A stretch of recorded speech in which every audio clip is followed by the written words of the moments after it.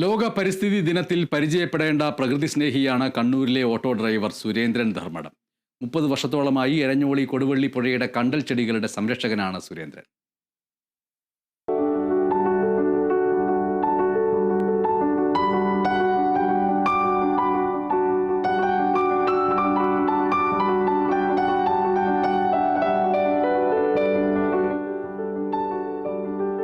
ഭൂമിയുടെ നിലനിൽപ്പിനും പ്രകൃതിയുടെ സന്തുലിതാവസ്ഥയ്ക്കും കണ്ടൽ ചെടികൾ പ്രധാന പങ്കുവഹിക്കുന്നുണ്ടെന്ന് കുട്ടിക്കാലത്ത് ലഭിച്ച തിരിച്ചറിവാണ് സുരേന്ദ്രനെ പ്രകൃതി സ്നേഹിയാക്കി മാറ്റിയത്.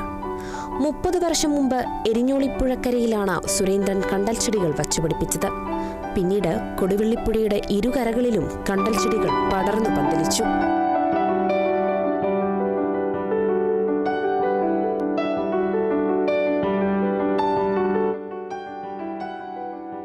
കണ്ടൽ ചെടികൾ വച്ചുപിടിപ്പിക്കുന്നതിനൊപ്പം അവയെ പരിപാലിക്കാനും സുരേന്ദ്രൻ മറക്കാറില്ല.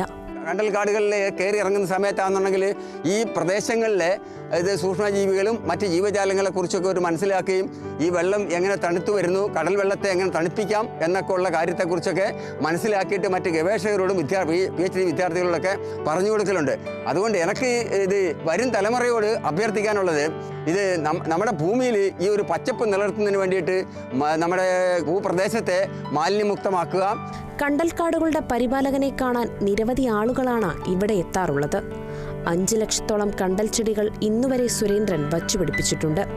സ്കൂളുകളിലും കോളേജുകളിലെയും കുട്ടികൾക്ക് കണ്ടൽക്കാടുകളുടെ പ്രാധാന്യം പകർന്നു നൽകാനും സുരേന്ദ്രൻ സമയം കണ്ടെത്താറുണ്ട്.